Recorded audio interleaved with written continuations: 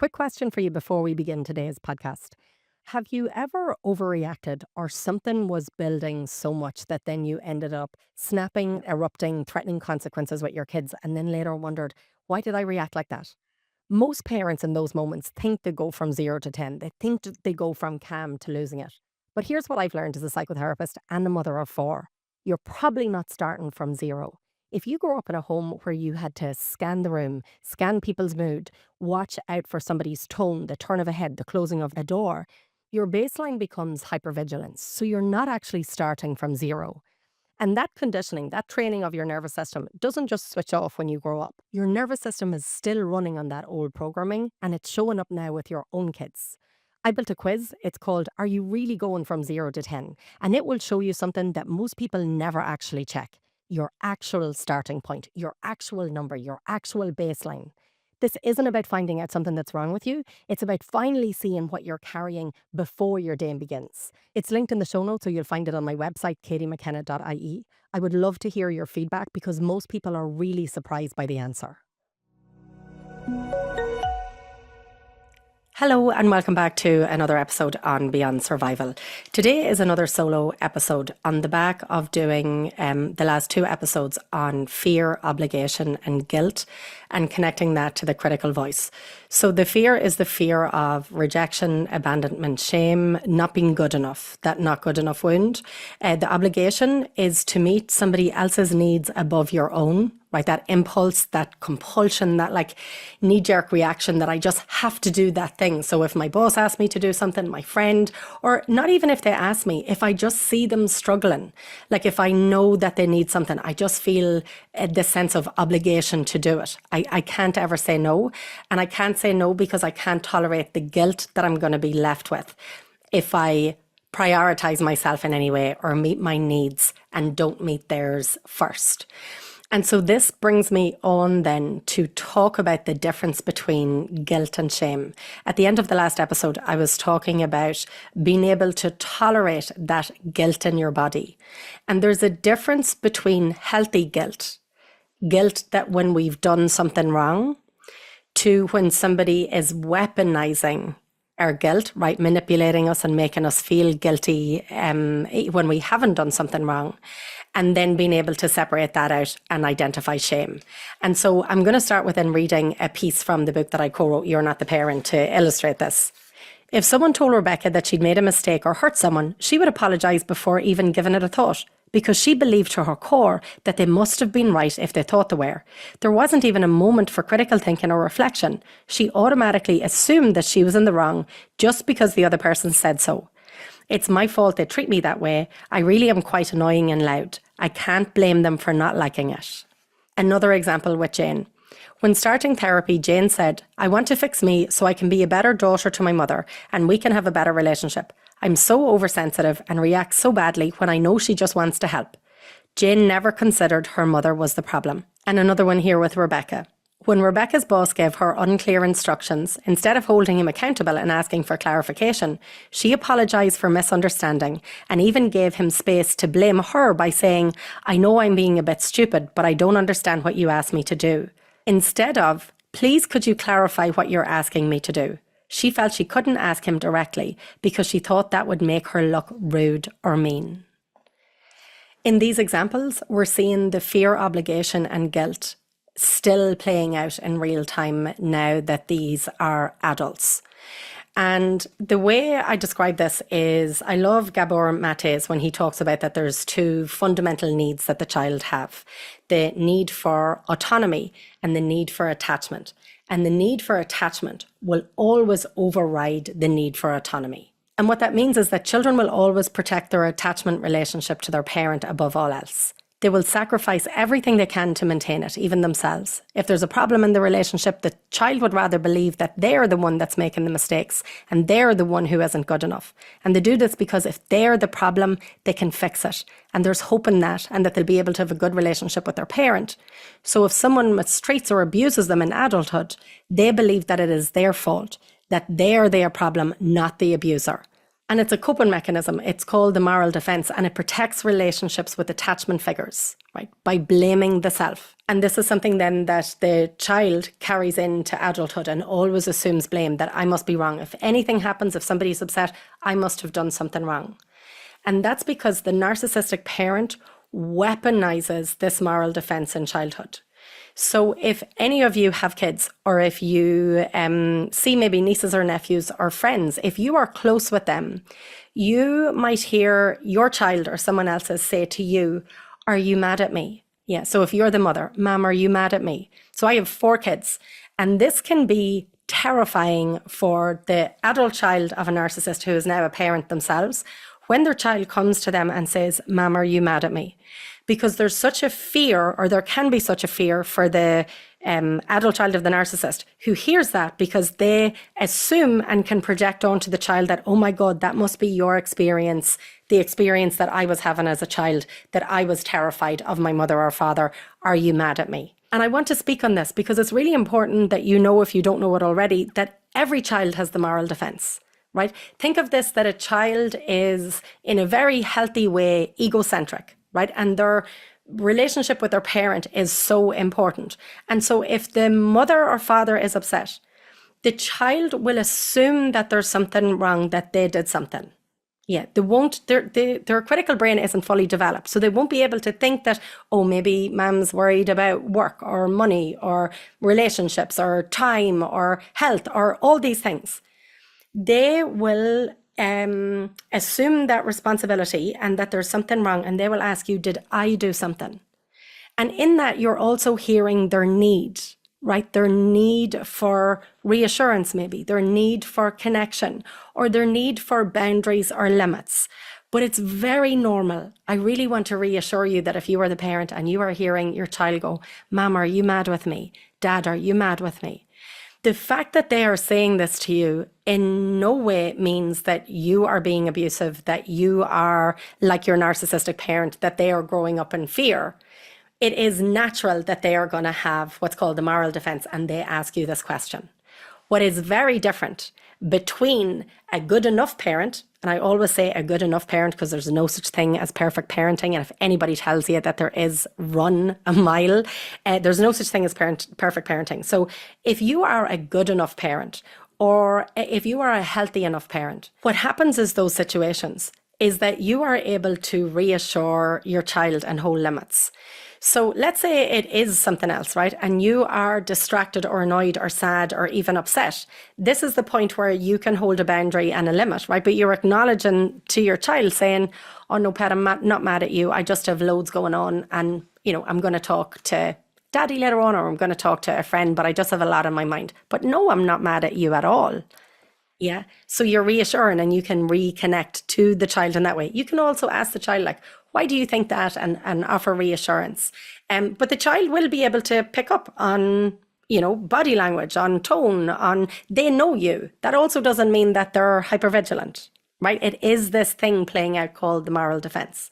But the difference is, like everything, the narcissistic parent will weaponize that moral defense and will always blame their child for any conflict or disagreement in the relationship. And so the child will learn and fundamentally believe that they are always in the wrong, and grows up with this deep, deep-rooted belief, this deep-rooted conviction that they're always to blame. And then if a relationship breaks down or someone is feeling bad, that they are responsible. Right? And so think of this in terms of the narcissistic parent, that the child is the placeholder for anything bad or negative that happens. You are the one responsible. And if you are not the one responsible, if somebody else did it, you are responsible for fixing it. You are responsible for protecting me. You are responsible for making me feel better. And so when they are always blamed or being made feel responsible, the child is then like a sponge, absorbs all the digs, absorbs all the conflict, absorbs all the slights, all the criticisms.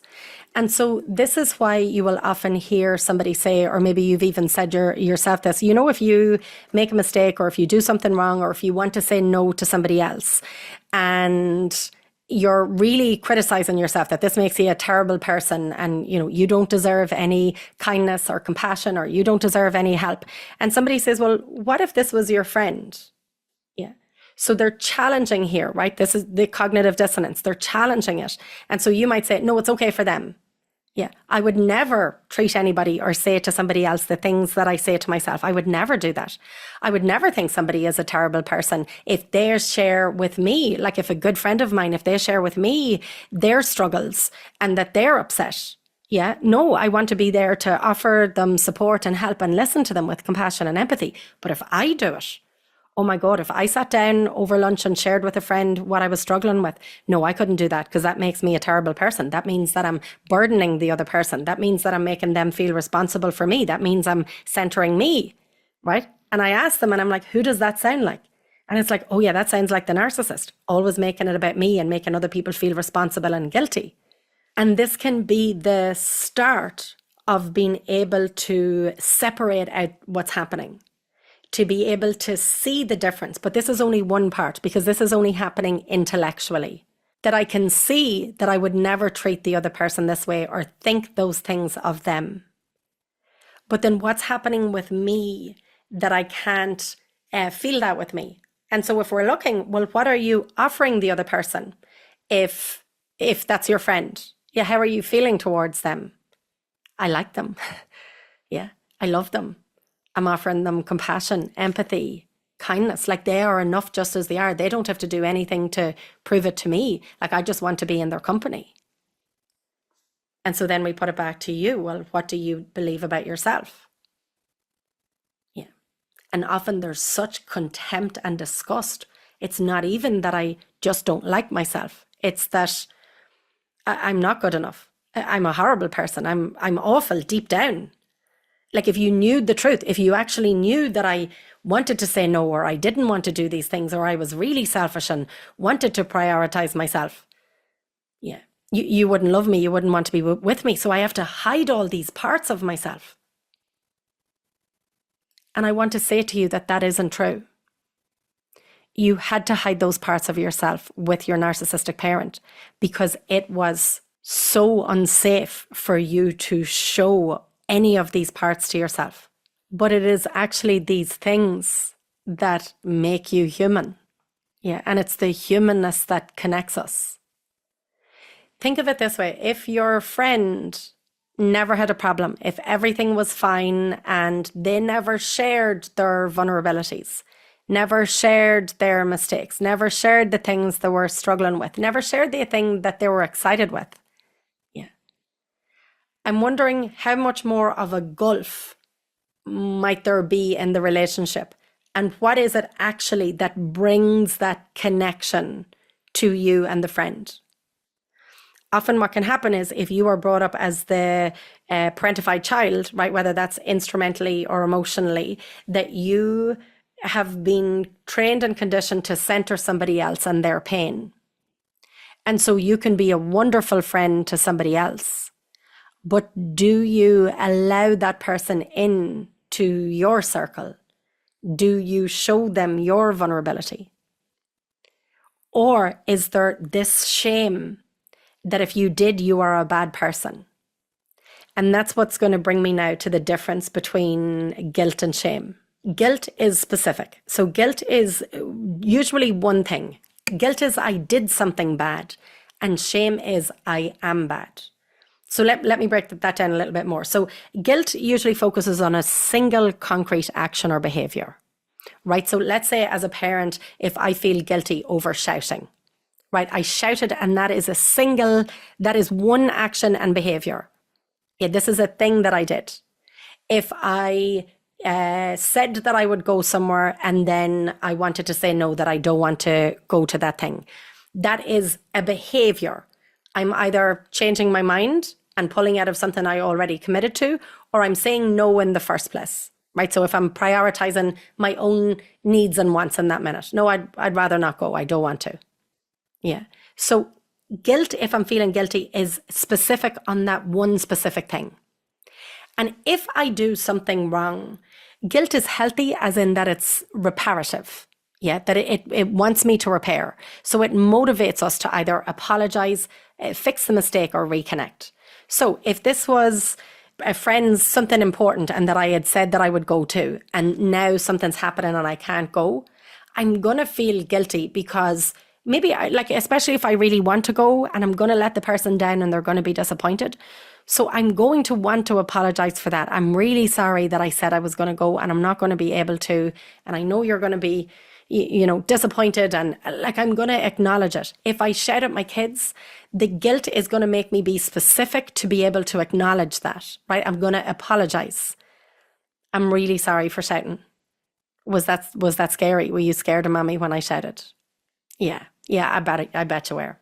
And there was absolutely no need for me to shout. All you were doing was you couldn't find your bag, right? Let's say that's the example. You couldn't find your bag. And I had no patience to help you. And I shouted. I lost my temper and I shouted. And that was nothing got to do with you. And that was really unfair, wasn't it? Yeah, that was really unfair. I shouldn't have did that. I'm sorry. I should have had more patience. You did nothing wrong. Yeah. Right. So do you see that it's very specific? It's constructive, right? It provides a clear path forward for me to apologize over the thing that I did. And guilt is temporary. It is a feeling that can be resolved through action and forgiveness. This, by the way, is something that parents particularly get stuck in with their kids, that if their kids don't forgive them in the moment, they're stuck in this, and it actually turns out to be shame. So I'm like, okay, I'll talk a wee bit about this here. So guilt, when I'm saying that it is temporary and it can be resolved through action and forgiveness, when we apologize, let's say we apologize to our kids, they don't have to forgive us. They can still be mad at us, right? So if the only reason you're apologizing is for them to forgive you, that you don't feel guilty anymore, it's probably shame we're talking about. Yeah, because guilt, you can feel it. And again, that part of it that's reparative and it's constructive, that you can apologize and you can still feel bad for what you did, but you can move on from the guilt in a healthy way. And work towards repairing, right? You're going to have to show change behavior, maybe to rebuild trust, right? If this is in a relationship and somebody is cheated, one apology is not going to make that okay. They're going to really have to make it up to the person. They're going to have to atone, and they're going to have to build trust, and they're going to have to be able to tolerate the other person's anger, to work towards amends and work towards building trust again. So I'm in no way minimizing guilt in this way, okay, by saying that it's temporary and it's constructive. Depending on the thing that we did, it can take a longer time to make that repair, right? But ultimately what I'm saying is that healthy guilt is active, and it's an energizing feeling that prompts you to do something to fix it. What happens with the narcissistic parent is they weaponize this part of the child that has this moral defense, that asks the question, did I do something wrong? The narcissistic parent weaponizes that feeling of guilt that you are to blame, blames them, criticizes them, makes them feel responsible, and that they are then a bad person. Yeah. And so this is the different then with shame. Shame is I am bad. It's global. It's all of me. It affects my whole entire sense of self. It's not just a single action. So for example, if I shouted at my child, the guilt is I did something bad. I shouted. That was a behavior I didn't want. I don't want to do that. I don't like how my kids feel. I don't want to have that behavior, right? I'm going to apologize. I'm going to change behavior. I'm going to atone if it needs it. Shame is, okay, I shouted at my child. I'm an awful mother. I'm an awful person. Yeah, I can't tell anybody I did this thing, because if I tell them, they're going to judge me and look at me in the way I feel about myself, that I'm with such contempt, that I'm a horrible human being. Yeah. The shame is paralyzing. It makes you want to hide, disappear, or become defensive. This is the part I want the ground to open up and swallow me. And this is the part with apologizing to a narcissistic parent, that if you apologize for something to a narcissistic parent, you're not just apologizing for the thing, you're apologizing for everything, for who you are, and you're apologizing for all of their feelings, because they take no accountability. Yeah. So that paralyzing, and a lot of people get stuck in that and actually don't know how to apologize in a healthy way. I've said before, in my 20s, I was really shit at apologizing, because for me, apologizing meant full annihilation. It meant me taking full responsibility of everything. and holding all that shame that I did these awful things because there was no healthy parent taking accountability or responsibility. And so then in my relationships, as I got older and in my 20s, I was so scared of apologizing because it meant that all of me was bad and I did completely wrong. And so I would defend myself. And then, but that in turn, in a healthy relationship can be very destructive because we're talking about two people working towards repair and two people taking accountability. But often for the adult child of a narcissist, it's safer if the other person takes accountability first. You just say that you did that wrong and then I will. And you can hear the childlikeness in that, can't you? Yeah. And the fear, it's not safe for me to apologize first. And so we're back to then the fear and the fear controlling us. Shame is destructive. Shame is the inner critic, that shame, that negative self-talk, and it leads to isolation because when we're feeling shame about something, that is when we don't talk about it. So guilt, and I'm going to say just feel guilty about something, although I'm not minimizing the guilt, but if I feel guilty about something, that will typically lead me to share that with somebody else. Oh, you won't believe what I did or how I reacted, or even I might say, I can't believe I did that thing, right? Coming from a place of guilt. Shame usually is, I can't share this thing, right? So it leads us to isolate ourselves. I don't want to share this thing because I don't want the other person to see me the way I see myself. And so then it silences me and it keeps me quiet and it isolates me further. And so let's say using that example of sharing with a friend in a coffee shop, it's the shame that I am an awful selfish person and that I am causing harm to my friend by sharing my struggles, and I'm causing harm because I'm damaging them because they're going to feel responsible for me. And I feel so guilty that they're going to feel that, but it's the shame because I'm an awful person and I don't want to cause them that, because that means, like, what sort of a terrible person would put that on somebody?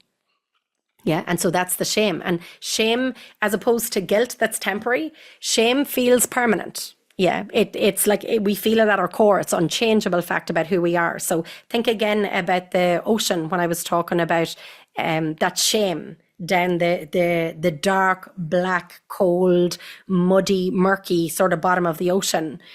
But when you grow up with a narcissistic parent, you live in that shame. It's not separated.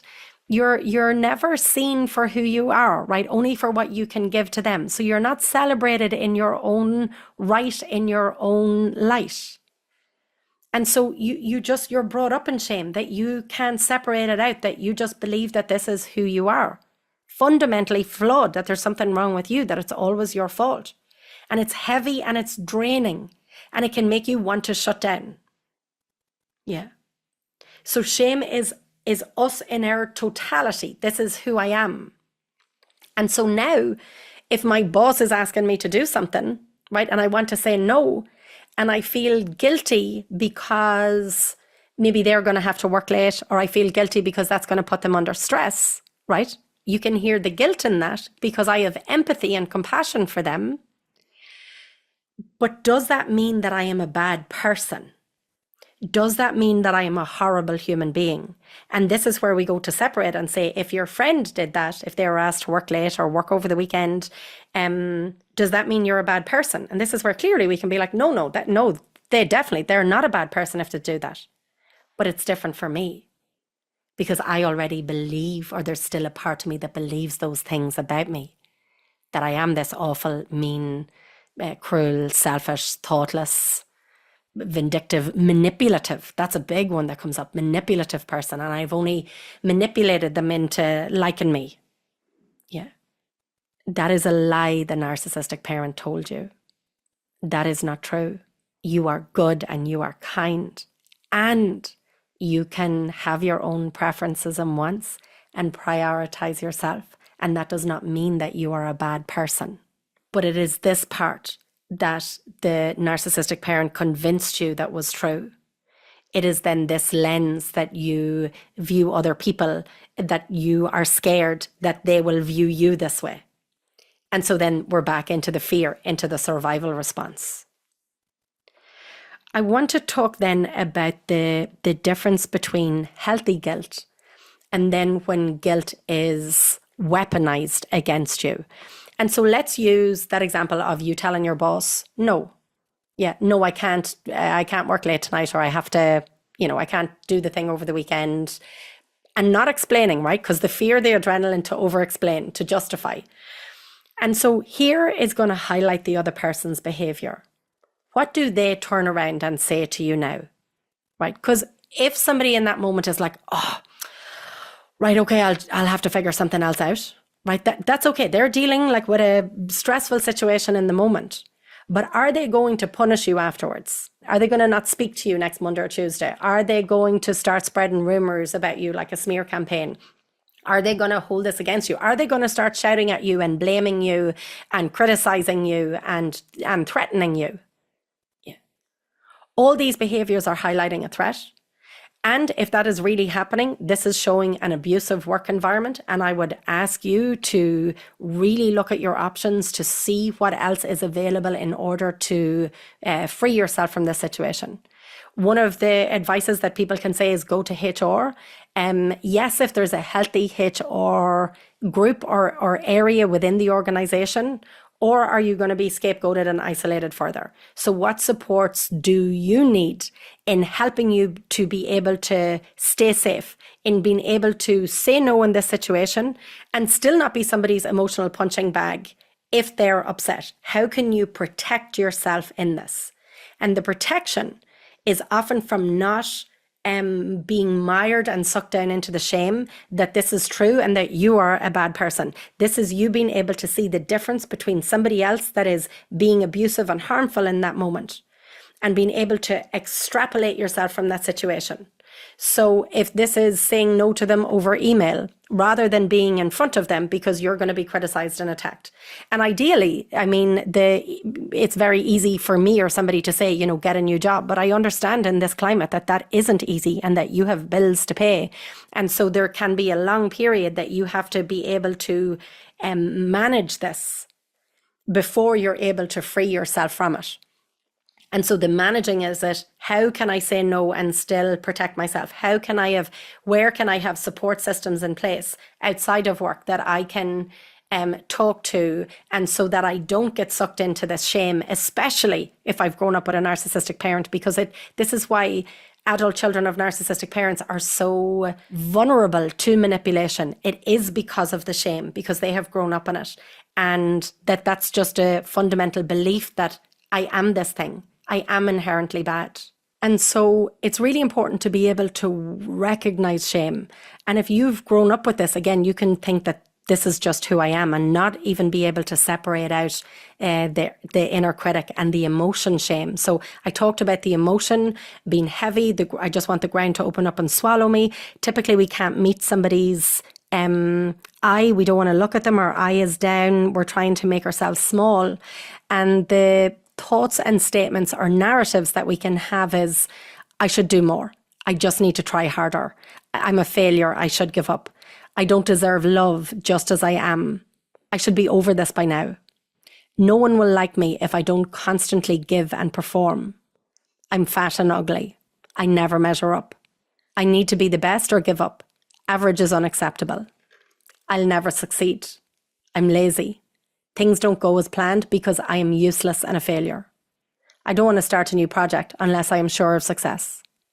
If people knew who I really was, they would not like me for the real me. Meeting my own needs is selfish. I'm a waste of space.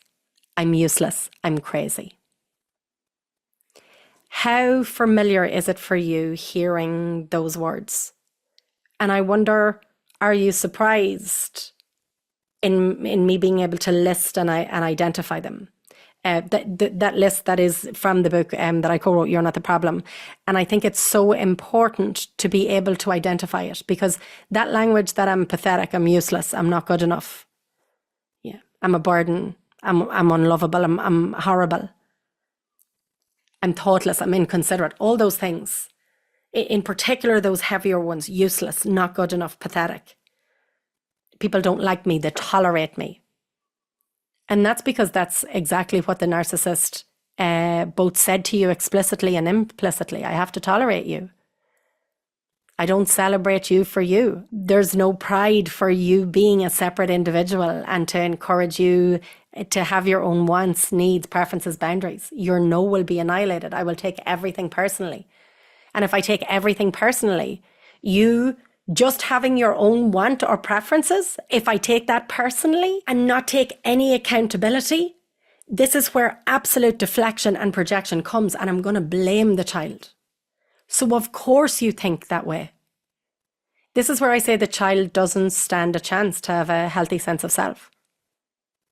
And if you had anyone in your life that gave you healthy encouragement, whether that was a relative or a teacher or somebody that gave you praise, you can see how much the child desperately needs that, and also how it can give them a sense of self. Also, you can see how it can become addictive, that the thing that you're giving me praise for, I have to do that and excel at it. Yeah, because if I don't do it and meet your expectations, the fear of not being loved or discarded or not good enough shows up.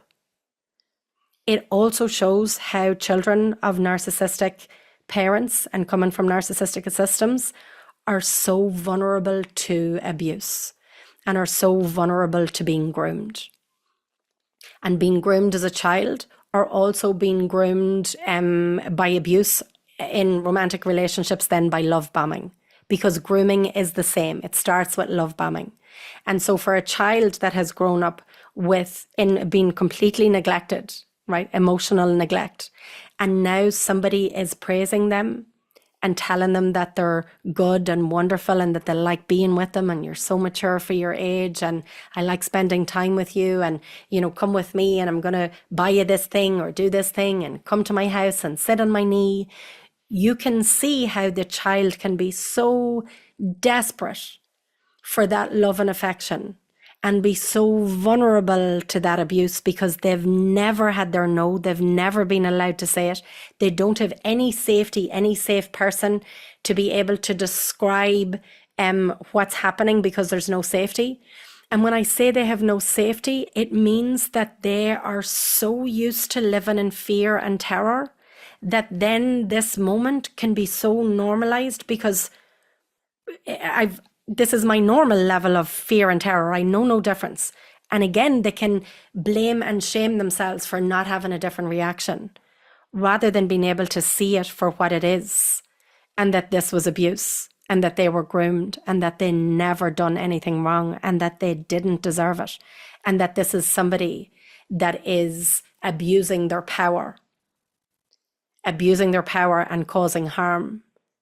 And again, somebody in this instant can have that cognitive dissonance that if this was anybody else, I would have such compassion and empathy for them. This is where people listening to the letters, I have such compassion and empathy for listening to the letter. No, they didn't deserve that. No, I can see why they ended up in an abusive relationship. But for me, no, it's different. No, I'm stupid. No, I'm pathetic. No, I'm useless. No, I should have known better. And they're actually using that same weapon to police themselves and beat themselves that their narcissistic parent did. Yeah. And the antidote to this is compassion. And I know how frustrating that can be when, when we hear that it is about having compassion and empathy, but I don't say that in any simple way that this is easy to do.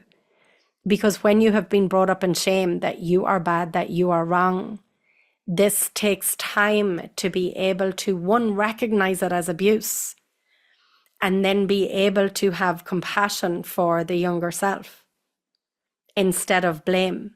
Whereas for the child, there was hope for that blame, because if I am at fault, well, then I can change it. And if I can change it, well, then they can love me. Yeah. And so to do this work, it's collapsing a worldview. The child grew up with this worldview that my parents are doing the best and this is love, and that I am bad and wrong and that I am responsible for all these things and I am to blame.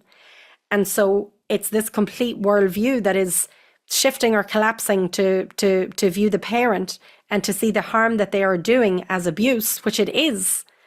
And then this part, it can even be harder, to be able to have compassion for the younger self.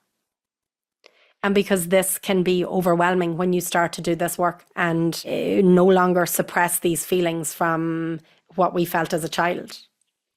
And so the same with last week when I used that example from the book with when we come out of survival mode, it can be absolutely exhausting and also scary for people, right? Because I have these huge, big emotions and I thought I was going to be quote unquote better. Yeah, but there's this huge grief that our younger self gets to feel. And we can, or can you begin to be curious, to bear witness to that, to sit alongside that, right? And this is the part with dual awareness, because when we're triggered, we think that this is us. Yeah. That hopelessness that we feel, that this is me and nothing's ever going to get better, and when is this going to end? Yeah.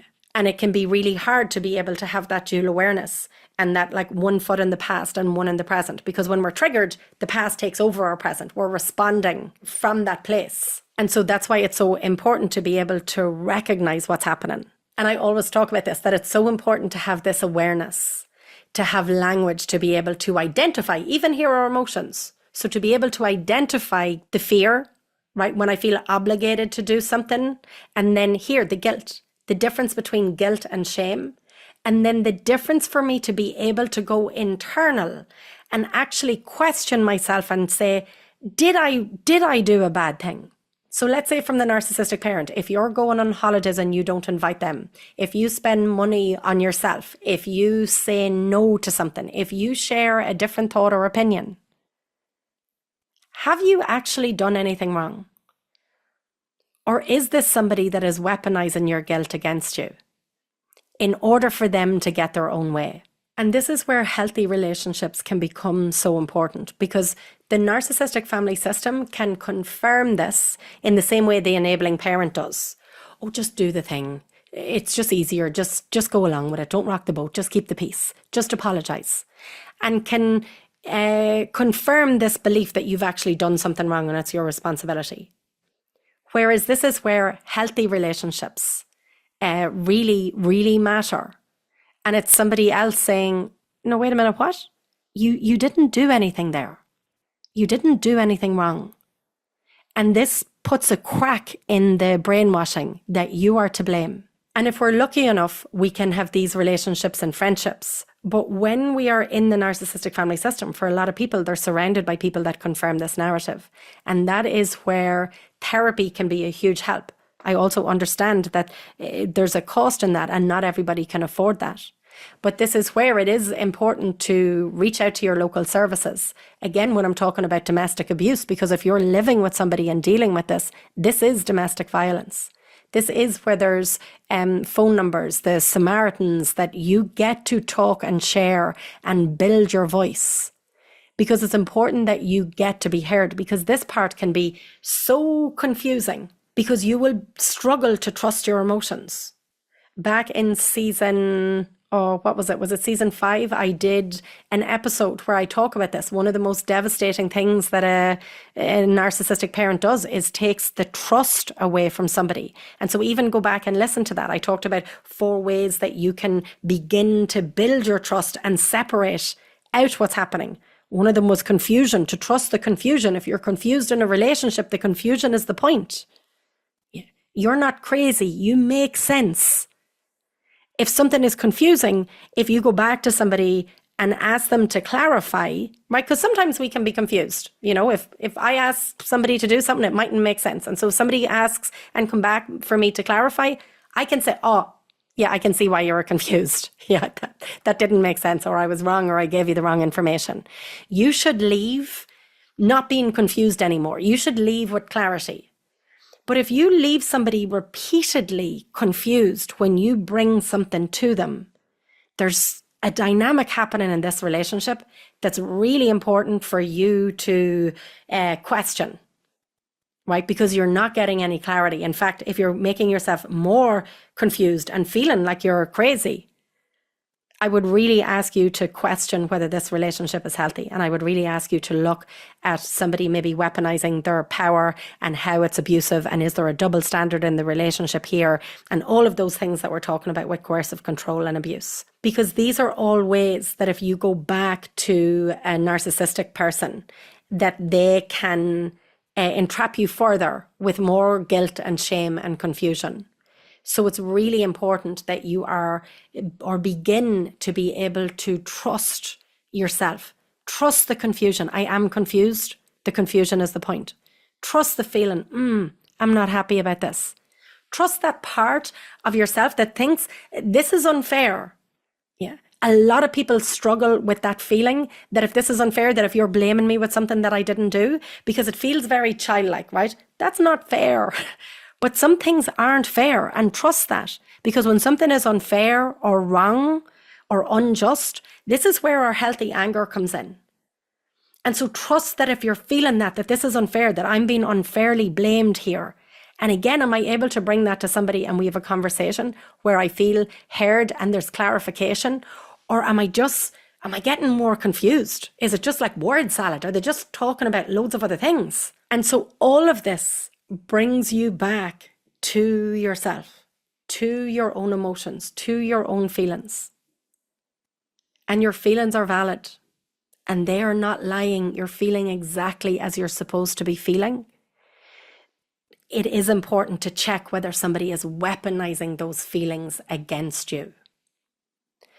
And so I hope over these 3 episodes that you maybe feel a little bit more understood or heard, maybe feel a little bit less alone, maybe now can recognize a little bit more your own fear. And if it's your fear that's in the driving seat and making those decisions, now you might be able to separate out or recognize the difference between guilt and shame and be able to see maybe where somebody is weaponizing your guilt against you and keeping you in a loop. The easiest way, I think, that to recognize the fear, obligation, and guilt is around the word should. When we say, I should do that. Should is usually always external, right? A should is somebody else thinks or wants or needs. Whereas a way to go internal is, what do I want? What would I prefer? And it's so important that you're able to acknowledge that before you make a decision. And not always be led by the should. I should. They're all external. This is where perfectionism is. This is where we want control. This is where we can project these standards onto other people and even project these standards onto our own kids. This is something that we look at, and I have a clear process to be able to separate that, the shoulds that you had from your own childhood, and actually how we internalize those and bring them in with our own kids. And can have really unrealistic standards for how they deal with emotions because we were never allowed to have our own. And so the fact that you are even here listening to this is showing a willingness in you that you want something different for you. And so if the thing that maybe I will leave you with is, what if you were to treat you as a friend? What if you weren't to make disparaging comments or joke or mock or put yourself down as often as you do? Yeah. What would it be like to give yourself some grace when you make a mistake and offer yourself the empathy and compassion you would give somebody else? And because this is not something small, if you do this, this is actually how we break the cycle. And this is how we begin to expand our window of tolerance and to be able to experience ourselves fully as human, rather than applying the same unrealistic standards that our narcissistic parent had on us. And so, yeah, I'm going to leave it there. And yeah, just at the end of this episode, check into what you want or what you need, even in the next 5 minutes. And if this was helpful for you, if you're in any groups, please share it or send it to a friend or anybody that you think that might benefit from it. Like and subscribe, all of those things. And if you aren't already, you can sign up to my newsletter. It's on my website where I can expand sometimes more on these or send you anything that's helpful. So you can sign up to my newsletter on my website. Okay, I'll see you again next week. Bye.